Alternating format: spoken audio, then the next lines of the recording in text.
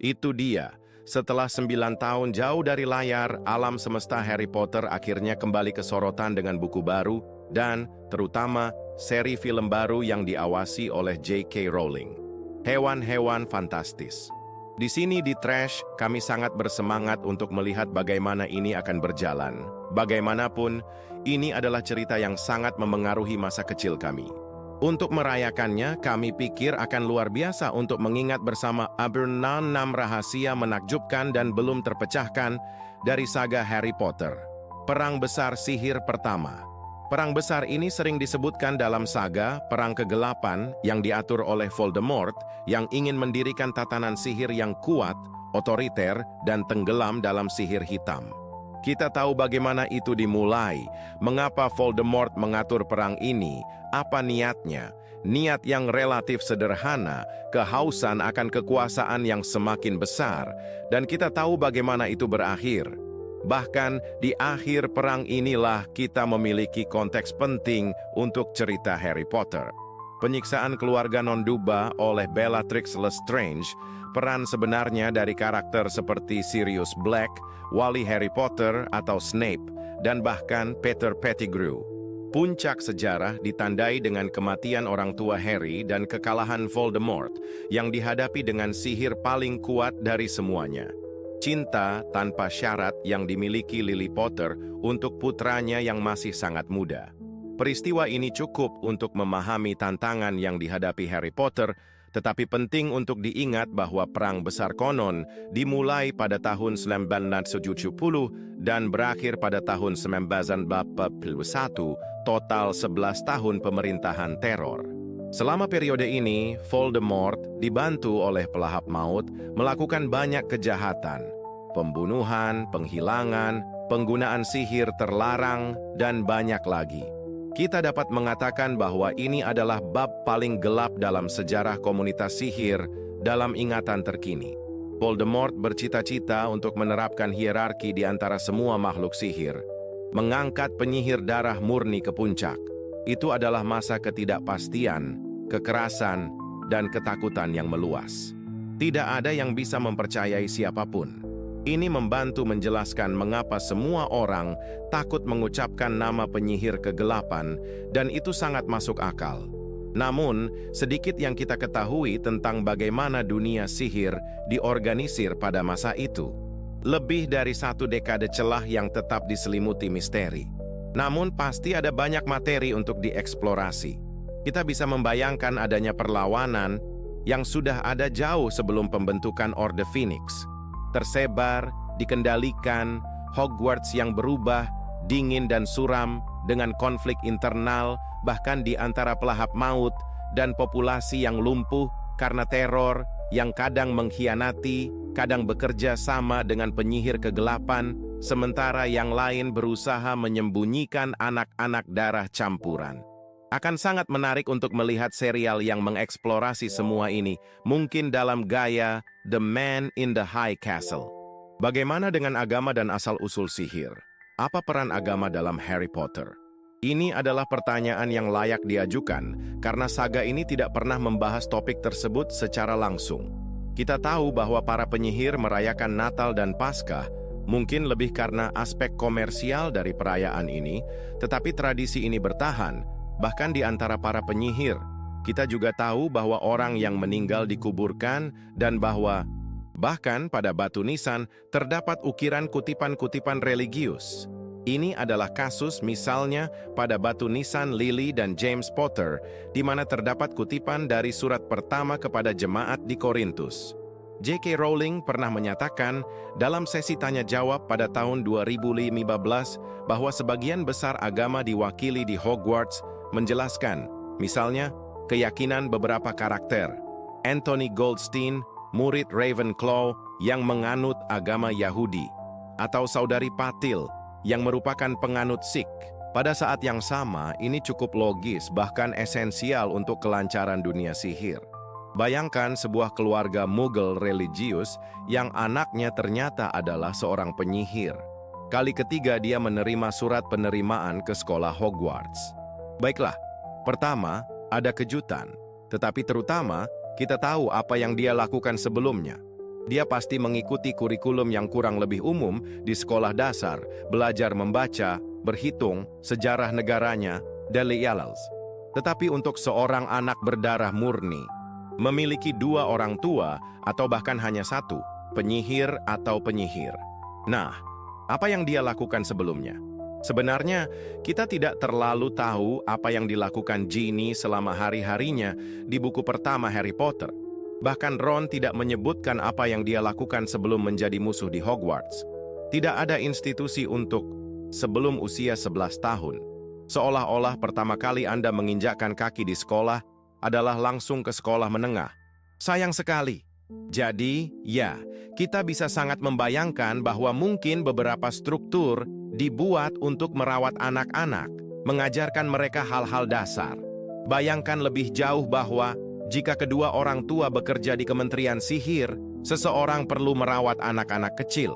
Dan dengan mempertimbangkan moto para penyihir, untuk hidup bahagia, mari hidup tersembunyi, sangat mungkin bahwa anak-anak akan tetap di rumah, menerima pendidikan di rumah. Sayangnya kita tidak memiliki lebih banyak detail tentang hal ini. Tetapi tampaknya, di dunia Harry Potter, hidup benar-benar dimulai pada usia 11 tahun. Baron Berdarah dan Peeves. Jika hantu, secara umum, menimbulkan banyak pertanyaan di alam semesta Harry Potter, dari Nick Hampir, tanpa kepala hingga biarawan gemuk, termasuk Myrtle Merana, sosok yang masih diselimuti misteri hingga saat ini adalah Baron Berdarah. Bagi yang telah membaca buku-bukunya, ceritanya sudah diketahui. Bagi yang belum, ketahuilah bahwa Baron Berdarah jatuh cinta pada Helena Ravenclaw yang tidak membalas cintanya dan dikirim oleh ibunya, Rowena, untuk mencarinya di Albania. Helena menolak untuk kembali bersamanya. Baron menjadi marah, membunuhnya, dan tak lama setelah menyadari apa yang telah dilakukannya, ia diliputi penyesalan dan mengakhiri hidupnya dengan senjata yang sama yang digunakan terhadap gadis itu. Namun seperti semua hantu, Baron Berdarah menolak kematian, dan itulah sebabnya ia kembali untuk menghantui Hogwarts. Pada saat itulah ia mendapatkan julukannya dengan noda darah besar yang menutupi sebagian besar pakaiannya. Selain itu, tidak banyak yang diketahui tentang dirinya. Baron Berdarah bukanlah hantu yang paling komunikatif di alam semesta Harry Potter. Ia juga tidak pernah muncul langsung dalam buku-buku. Informasi tentangnya harus dikumpulkan dari sana-sini. Itulah sebabnya misteri ini terus berlanjut. Mengapa Peeves, poltergeist yang tidak takut pada apapun yang menyerang semua orang, termasuk Dumbledore dan seluruh staf pengajar, yang tidak pernah diusir oleh Ruzar selama 25 tahun, begitu takut pada Baron Berdarah? Dialah satu-satunya yang dihormati dan dipatuhi Peeves tanpa pertanyaan.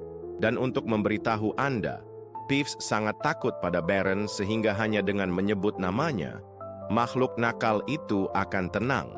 Oleh karena itu, kita hanya bisa berspekulasi. Peeves tampaknya juga mendengarkan si kembar Weasley, karena makhluk nakal itu dan kedua saudara itu memiliki energi yang sama. Dalam hal ini, mungkin Baron Berdarah, yang dikenal karena sikapnya yang dingin dan keras, mewakili kontras yang sempurna untuk Peeves. Kementerian Sihir, sebuah kediktatoran. Ada masyarakat paralel yang hidup berdampingan dengan institusi Muggle, tetapi beroperasi secara terpisah. Pada saat yang sama, mereka membutuhkannya. Perlu untuk mengatur populasi yang sangat kuat yang harus tetap tersembunyi, agar tidak menimbulkan kepanikan di kalangan orang biasa. Tapi apakah Anda tidak pernah berpikir bagaimana dalam praktiknya semua ini bekerja dengan cara yang begitu aneh? Sekarang, mari kita bicara tentang karier. Kemungkinan-kemungkinan yang terlihat dalam buku dan segala sesuatu yang dianggap kanonik dalam saga. Tentu ada penulis yang menempati posisi terkemuka, tetapi mereka adalah minoritas. Hal yang sama berlaku untuk ilmuwan, pedagang, seniman, dan bahkan staf pengajar. Karena tampaknya hanya ada satu sekolah sihir untuk seluruh Inggris Raya. Siapa pemberi kerja terbesar? Kementerian Sihir, baik dalam administrasi maupun milisi, seperti Auror. Ketika sistem memaksa Anda untuk bekerja seumur hidup untuk administrasi, itu biasanya bukan pertanda baik. Berbicara tentang administrasi dan lebih khusus lagi politik, tidak pernah disebutkan sistem pemilihan apapun. Menteri-menteri ditunjuk. Dan sepanjang saga, beberapa bahkan diberhentikan. Lebih jauh lagi, The Daily Prophet memiliki hubungan erat dengan Kementerian Sihir, tidak ragu untuk mempromosikan agendanya. Dan contoh propaganda tidak kurang. Menteri yang melakukan segala cara untuk menyangkal kembalinya Voldemort adalah sesuatu yang memalukan. Segera mungkin Harry Potter dan Dumbledore. Dan di atas itu, koran ini, satu-satunya surat kabar harian di dunia sihir Inggris. Mas, kamu masih belum yakin? Apa kita perlu menyelami sistem hukum, di mana kecurigaan saja sudah cukup untuk memenjarakanmu? Hei, itu kurang lebih yang terjadi pada Hagrid di Prisoner of Azkaban, ketika dia di penjara. Menteri sendiri yang muncul di rumahnya untuk mengatakan bahwa dia harus mampir ke penjara. Tanpa hakim, tanpa pengacara. Lihatlah, mari kita bicara tentang Azkaban.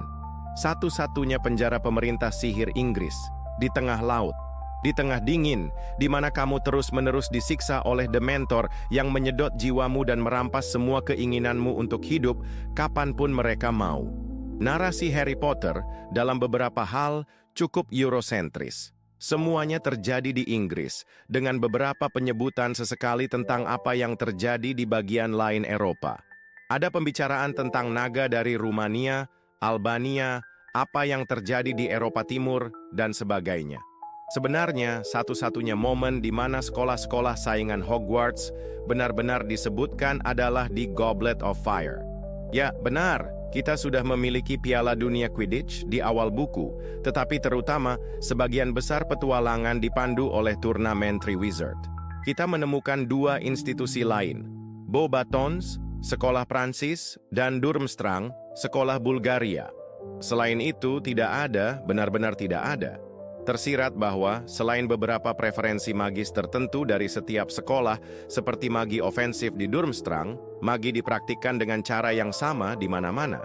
Untungnya, ini jauh dari kebenaran, dan J.K. Rowling baru-baru ini mengungkapkan beberapa sekolah tambahan dengan praktik magis yang cukup unik, terutama di Afrika, dengan sekolah Uagadu yang terletak di Uganda, di Jepang, dengan sekolah Mahotokoro yang terletak di Gunung Minami Iwo Jima atau Ilvermorny, sekolah Amerika di Massachusetts. Diberikan nama-nama, keunikan, cara melakukan mantra tanpa menggunakan tongkat, serta praktik magis lainnya, tetapi tidak lebih dari itu. Masih belum jelas bagaimana hubungan antara berbagai sekolah sihir. Apakah ada konflik, aliansi, atau persahabatan?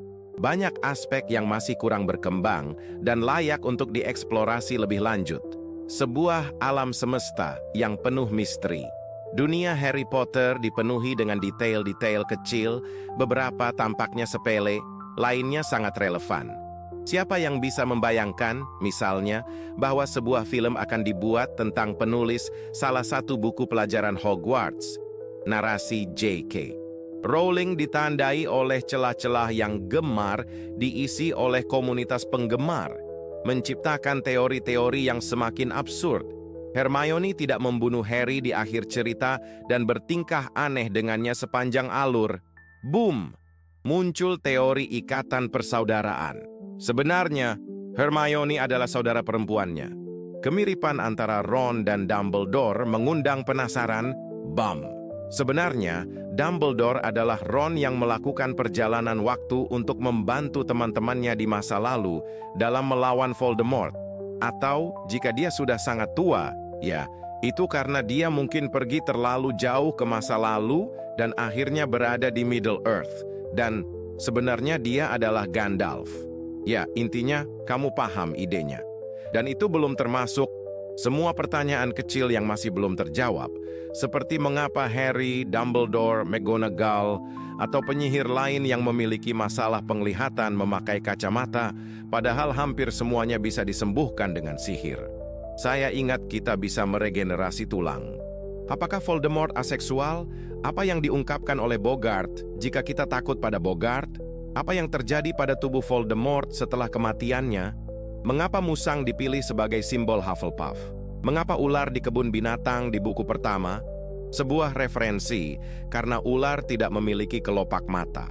Dan, terutama, bagaimana ayah Hagrid bisa menjalin hubungan dengan raksasa? Atau, siapa tahu, apakah sebaliknya juga mungkin? Puff, tentu saja. Dan tahukah kamu apa yang paling menakjubkan dari semua ini? Bahwa J.K. Rowling peduli untuk memberi kita jawaban, baik secara langsung, melalui berbagai FAQ yang dia selenggarakan, atau dalam wawancara, atau bahkan dengan mempublikasikannya di situsnya. Pottermore, sebuah tempat suci sejati bagi penggemar penyihir berkacamata, terus diperbarui dengan data, teks, dan informasi terkait dunia sihir. Begitulah cara dia mengungkapkan bahwa Dumbledore adalah gay, membahas topik seperti agama, dan bahkan memvalidasi salah satu teori yang paling menarik. Teori reinkarnasi tiga bersaudara Peverell, pemilik pertama relikui kematian, yang diwakili oleh Voldemort, Severus Snape, dan Harry Potter. Sebuah cerita yang mungkin telah terulang, menempatkan Dumbledore dalam peran kematian, menyambut Harry sebagai teman. Sebuah teori yang begitu menarik sehingga penulisnya tidak bisa menahan diri untuk mendukungnya. Siapa tahu, mungkin dalam beberapa tahun semua pertanyaan yang diajukan dalam video ini akan menemukan jawabannya.